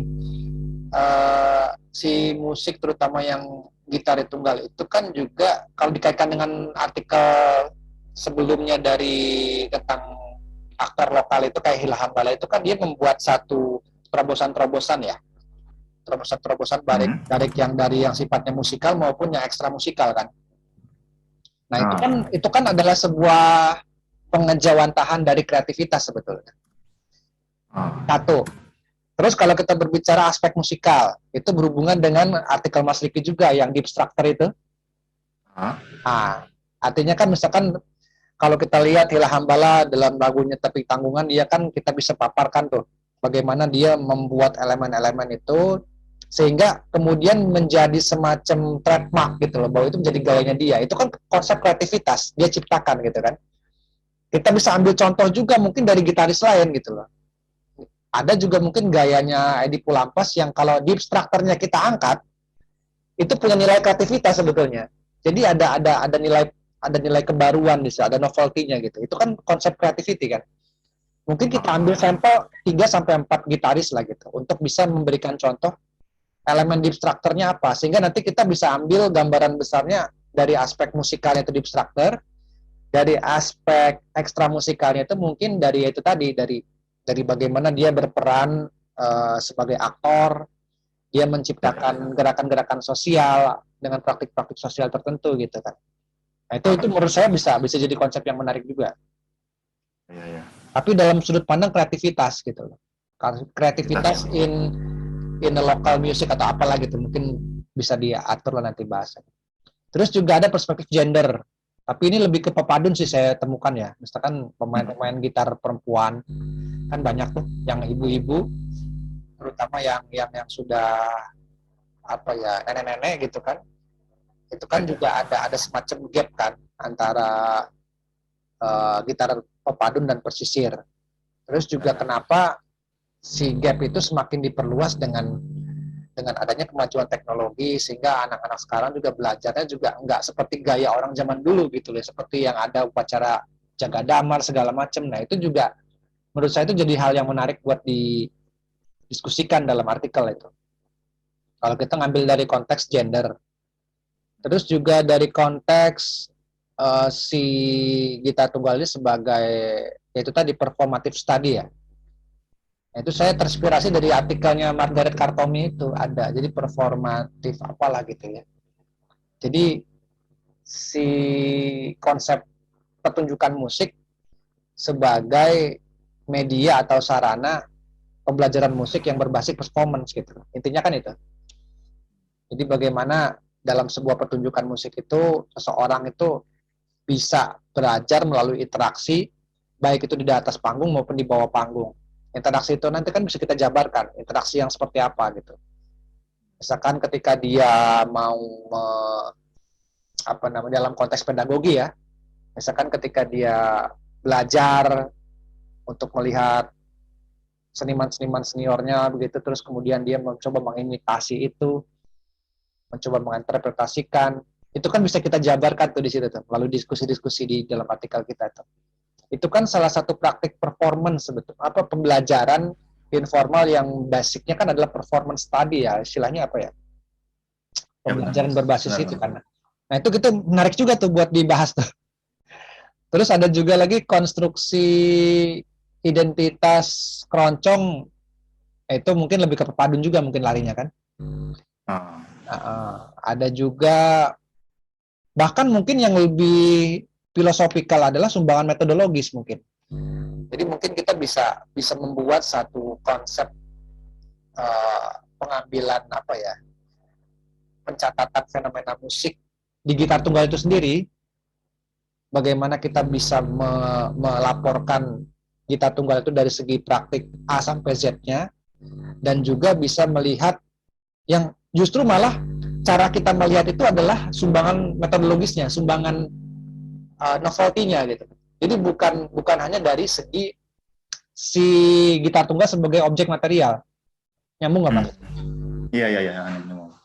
Jadi selama ini kan kita fokus kepada objek material dan formalnya, kalau misalkan kalau tertulis. Sementara wilayah keilmuan studi research in music, khususnya untuk local music dan etnomusikologi atau jenis-jenis riset sejenis gitu. Mereka kan juga sedang berusaha untuk mencari metodologi baru kan untuk bisa, ya contohnya pengembangan dari etnografi itu sendiri kan. Gitu loh. Ya mungkin akarnya etnografi memang gitu. Akarnya etnografi, tapi kan kemudian bagaimana si etnografi ini kemudian dijadi misalkan etnografi digital atau hybrid etnografi yang kita tawarkan dalam artikel ini gitu. Jadi kita mencoba untuk dalam artikel ini kita mencoba untuk mengimplementasikan. Jadi highlightnya lebih ke metodologi etnografi digitalnya itu loh. Bagaimana kita ngambil data, bagaimana kita berhubungan dengan informan tapi lewat virtual. Bagaimana kita, itu kan bisa di highlight itu dari segi ini gitu. Nah itu juga bisa juga gitu. Itu yang baru saya pikirin sih. Menarik semua sih. Apakah kreativitas, ada hidden curriculum, ada perspective gender, ada performance studies, ada konstruksi identitas, atau lebih kepada tataran metodologinya. Menarik semua, Mas, tapi ini ya, menurutku kita coba cari yang minim penelitian lapangannya. Oke. Jadi yang sebisa mungkin dengan mengolah materi yang sudah ada gitu kan. Oke. Kalau yang gender tadi sebenarnya menarik, Mas. Yang gender tadi aku juga jadi kepikiran hal-hal baru juga, tapi cuman mau nggak mau kan mesti turun ke lapangan itu kan. Iya. Nah, itu jadi agak repot. Terus yang performance performance study juga itu menarik juga sebenarnya. Pendidikan musik berbasis pertunjukan. Cuman mau nggak mau itu kan kita ini lagi ya, butuh data baru ya. Kalau tinggal ngambil ininya aja sih sebetulnya. Fenomenanya apa yang mau kita angkat gitu loh. Sebetulnya misalkan kayak dari pendidikan berbasis pertunjukan itu kan kita bisa ngambil dari data ini kan, data saya sama Mas Riki kan pasti sudah ada tuh tentang cerita gimana misalkan kayak Hila Hambala itu dia awalnya belajar terus bisa sampai terjun ke dunia pertunjukan gitu. Itu kan bisa kita jabarkan dari perspektif pedagoginya juga gitu di situ. Nah, itu malah jadi kita malah bisa nyatuin beberapa isu di situ tadi yang sudah dibahas tadi. Pertama, yang isu yang hidden curriculum itu ya. Ya. Terus ada lagi yang tadi itu yang kedua tadi itu ada kreativitas ya. Konsep kreativitas. Creativity ya dalam oleh seniman-seniman itulah. Bagaimana dia menciptakan musiknya, menciptakan karyanya, menciptakan gerakan sosialnya. Terus tadi kita juga bisa ngomong soal metodologi tadi itu.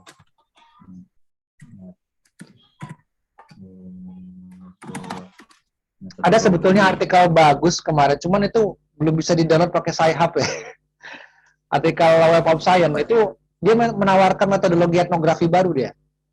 Oh, Aku apa judulnya, penasaran, Mas? ada di jurnal Web of Science apa ya, jurnal Popular Music apa gitu. Di 2022 kan gitu. ada nggak? Di kan ada nggak? Nggak ada Mas, nggak ada. Soalnya Nggak ada ya? 2022 sih. Biasanya susah kalau Oh. 2000 tahun baru itu susah. Minimal 2020 baru bisa. Em, Itu bagus banget itunya. Aku baca abstraknya ya. Waduh, ini dia sumbangan metodologis, makanya aku kepikiran gitu loh. Oh, jadi artikel ini malah lebih kepada sumbangan metodologisnya gitu daripada ininya gitu. jadi kayak ini, aku jadi ingat kemarin pas kita kemarin konferensi kemarin kan ada satu yang meneliti di mana di Prengseu ya, masalah mahasiswanya Bu Kartomi, tapi dia seluruhnya pakai data digital gitu kan, pakai data digital, Iya sih itu siapa data siapa? yang aku pernah tanyain itu. Cewek itu. Iya, Aduh, lupa aku namanya siapa. menarik juga. Iya, Iya bisa ini Mas, kita kita ngomong virtual soal ethnography. ya pertama kita ngomong soal ini deh. Coba kita sederhanain ini ya. Dari Ya, pembahasan tadi proses belajar. Dari proses belajar seorang pemain apa namanya gitar tunggal. Kita udah punya lah datanya ya, data dari apa ya. namanya dari Imam Rozali, kita punya data dari Hila Hambala, kita punya data dari siapa lagi? Kira-kira Dari Edi Pulampas ada saya. Ede Pulampas, Dari siapa lagi? Tam Sanjaya ada, dari Novri, Siapa? dari Tam Sanjaya. Nofri ada ya. Tam Sanjaya itu Nah, dia yang lagi naik daun dia tuh, yang artis muda itu. nah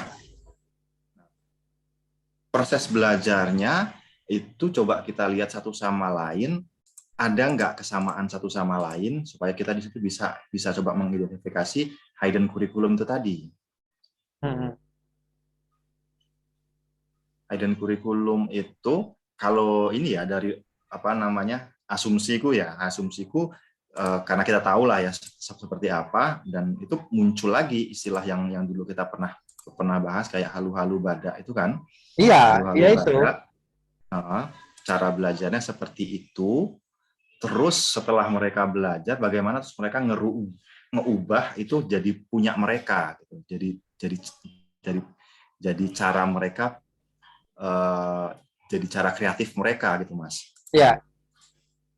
Nah, dari cara belajar yang seperti itu kan ngebentuk pecahan-pecahan kreatif apa namanya masing-masing pemain kan beda-beda. Nah itu kita ngomong soal kreativitas kan Iya. pada akhirnya. Apa yang berbeda dari si A, apa yang berbeda dari si B, dan lain sebagainya. Nah, terus bisa akhirnya kita ngomong soal bahwa metode belajar gitar tunggal apa namanya dengan cara ini itu apa namanya menghasilkan proses kreatif yang seperti ini. Nyambung nggak maksudnya, Mas? Nyambung, nyambung. Nyambung nggak? Kayak gitu ya. Hmm. Jadi sederhananya dulu kayaknya kita pernah bahas nih kan Mas ya? Yang mana? Kita pernah bahas kan apa namanya dampak dari proses sama metodologi pembelajaran ya. Jadi kenapa satu gaya itu bisa jadi gaya kolektif, gaya keraton, gaya Jawa Tengah, Jawa Surakarta kan karena memang apa namanya proses belajar itu mengikuti kurang lebih identik satu sama lain tiap individu itu kan. Nah, sehingga satu hal yang muncul baru itu yang berbeda dari pattern, beda dari apa namanya gaya utama, itu cenderung pertama itu dianggap menyimpang, dan kemudian sekarang kita ngelihatnya sebagai unsur kreatif kan gitu. Nah, iya. Sementara di proses belajar gitar tunggal ini sedari awal itu memang nggak ada. Bukannya nggak ada ya, maksudnya itu proses belajarnya khusus. Mereka mendengar, terus kemudian mereka mempersepsikan sendiri, mengolahnya sendiri dari banyak sumber, dengar si A, dengar si B, dengar si C, terus kemudian diapropriasi sama mereka, diambil sama mereka, terus kemudian yang justru bisa bertahan adalah orang yang bisa produce, bisa menghasilkan sesuatu yang baru. Kan gitu? Iya nggak? Iya, bisa juga. Kalau Sebetulnya di kasus Lampung. Kalau di kasus misalnya di Gamelan Jawa, pemusik itu bisa hidup dengan mereka nggak produce. Jadi mereka nggak nyiptakan sesuatu apa-apa, mereka bisa hidup dengan mengikuti tradisi yang ada, pattern yang ada, kan gitu. Sementara kalau di tempat kita, kalau mereka nggak produce, mereka nggak bakal jadi sesuatu. Satu contoh misalnya ada banyak pemain gambus, ada banyak ini pemain gitar yang bisa main di sana. Tapi kalau mereka nggak bikin sesuatu yang baru, mereka nggak bisa muncul. Oke. Berarti kan proses apropriasi, terus kemudian proses pembuatan produksi, proses kreatif membuat satu karya baru itu jadi penting di sini. Iya. Nah itu yang bisa melewati itu kan ya orang-orang yang kita kenal sekarang. Sementara yang mereka cuma sekedar bisa mainin aja kan nggak muncul namanya. Iya. Ya kan? Itu menarik juga tuh Mas. Nanti dikaitin juga dengan legitimasi juga kan gitu loh. Artinya dari proses kalau kita menggunakan perspektif kreativitas, kreativitas itu nggak selesai pada bagaimana karya itu diproduksi, tetapi bagaimana karya itu dilegitimasi gitu kan, diakui oleh masyarakat pendukungnya gitu. Bisa juga kalau kita mau nerusin sampai sana, tapi udah berbau sosiologis itu.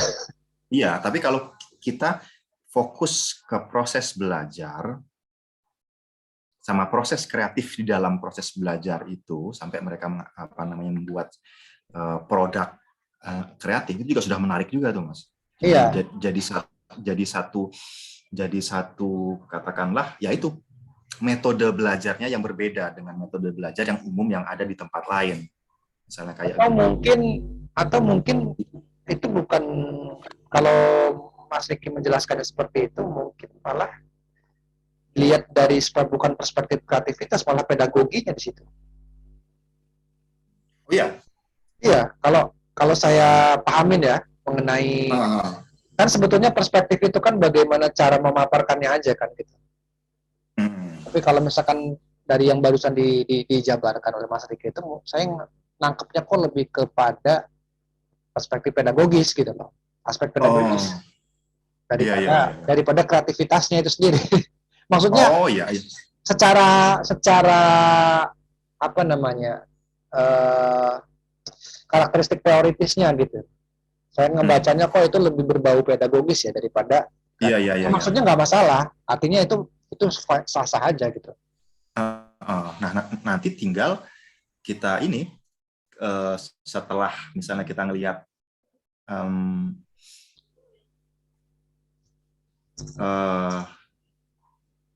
jadi coba aku ini Mas, coba aku ini ya, kita runut ya.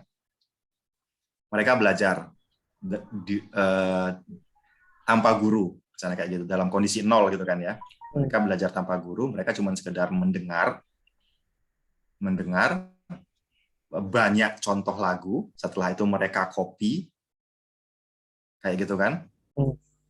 Nah di situ nggak ada proses semacam kayak evaluasi yang sifatnya itu institusional. Konfirmasi lah gitu. Tidak ada konfirmasi. Atau umpan balik kalau bahasa. Kalau dalam bahasa formal itu umpan balik. Ya, kurang lebih kayak begitu yang sifatnya itu dia institusi kah, misalnya kayak kalau misalnya di gamelan itu kan ini apa namanya kayak konservatori gitu ya. Kurang lebih kayak, atau yang sifatnya individual yang dianggap misalnya kayak empu misalnya gitu. Oh, kamu benar sudah kayak gini, oh kamu salah. Assessment sebetulnya itu. Assessment-nya betul, tidak ada assessment-nya mungkin bukan yang nggak ada, tapi ada beda caranya. Nah ini saya pernah bahas juga di disertasi saya itu, proses assessment-nya itu mungkin berlangsung secara verbal, bukan scoring. Jadi ketika dia Nah, sudah dibilang, oh kamu sudah hebat, atau mungkin ketika dia sudah diajak untuk manggung sama seniornya, nah, itulah misalnya kayak asesmennya, gitu. itulah Nah, asesmennya. itu dia. Berarti kan asesmennya kan ada dalam bentuk yang lain, kurang lebih Iya, kayak gitu.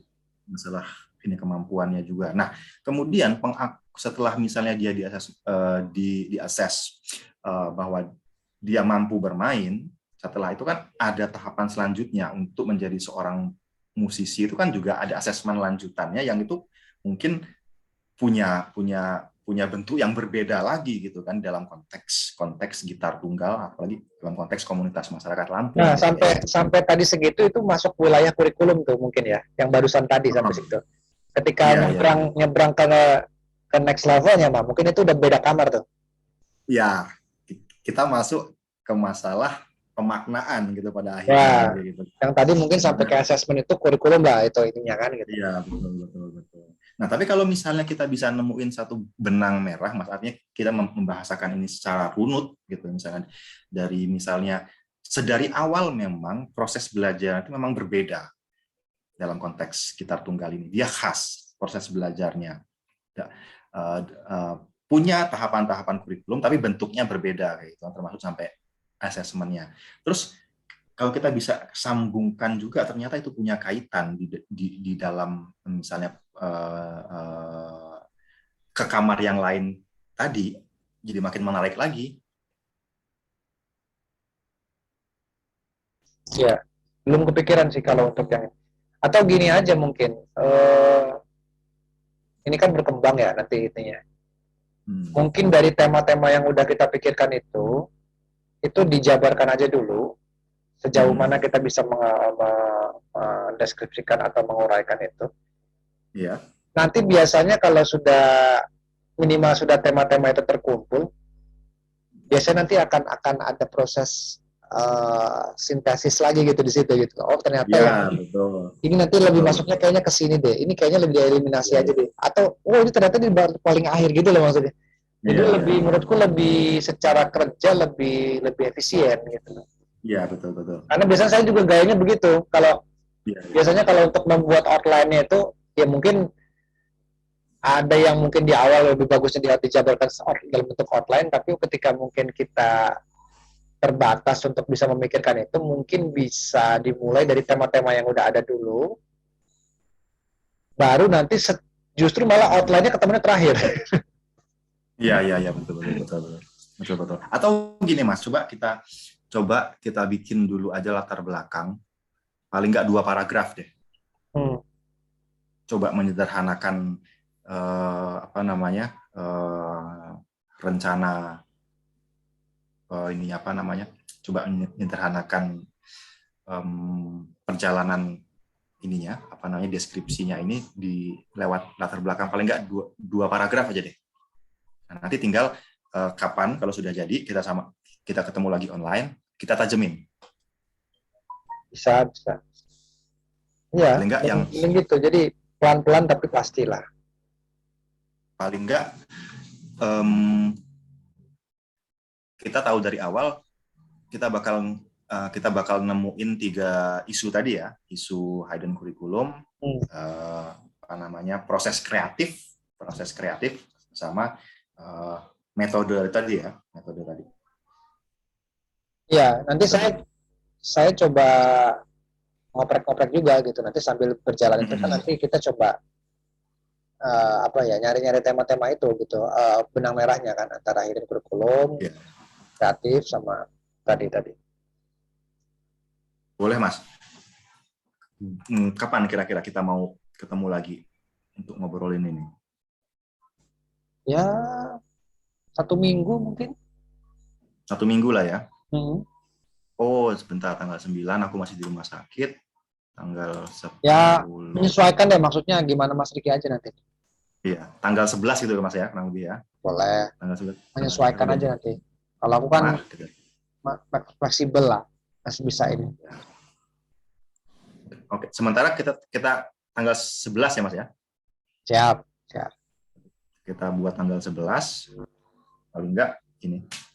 Ada modal lagi kita buat Nanti mungkin ini dulu ya, apa? berbahasa Indonesia dulu ya, maksudnya itu mentahan dulu. Iya, mentahan dulu aja, mentahan baca. Terus ada satu jurnal yang wacana seni itu saya pikir bagus juga tuh. Kemarin saya masukin juga di situ, cuman belum belum belum tahu sih diterima apa enggaknya gitu. Tapi kalau saya lihat dari skup kajiannya kayaknya sih masuk. Cuman memang agak lama sih, publishnya mungkin setahunan lebih lah itu. Kalau kita mau ngebidik karena itu gratis.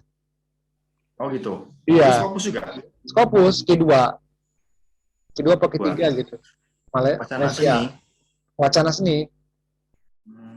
Memang jurnal Malaysia ini dia agak di tengah-tengah tapi nggak terlalu rentan sama discontinue. Menurutku lebih aman kalau Malaysia ini. Kalau jurnal-jurnal yang lain kayak kemarin aku masukin di IJAR juga, cuman belum tahu sih ininya ditolak apa enggak. Nyoba-nyoba aja gitu karena kawanku si siapa Mas Aris itu orang isi, dosen isi, dia masukin juga di situ. Aku nyoba-nyoba, itu gratis juga. Aris Setiawan, isi Surakarta itu. Oh, Aris ya. Dia masukin juga gitu di situ. Jadi saya nyoba-nyoba lah gitu. Iseng-iseng, cuman ya nggak tahu ditolak apa enggaknya mah. Nanti kalau misalnya kalau kita butuh cepat yang berbayar nggak apa-apa, kok kedua ini kita kan bisa bisa pakai. Mana yang kalau enggak Lunes itu? Kalau enggak Harmoni aja tinggal telepon itu mah. Pasti belum. Nah, itu dia kalau misalnya memang kita butuh cepat buat PKD kan bisa ke situ kan. Iya. Kalau itu Iyalah, ya. Itu udah faktor X kalau itu. Itu kalau ini apa namanya? Emergensi itu. Iya, tapi nggak tahu loh semenjak Q1 ini kan baru Q1 kemarin nih. Kayaknya sih bakal naik lagi sih itu. APC-nya itu. Iya. Kemarin baru Q1 kan. Tapi nggak tahu. Saya tanya ke Pak Soeharto, Pak ini bakal naik lagi nggak Pak APC-nya? Nggak tahu ini.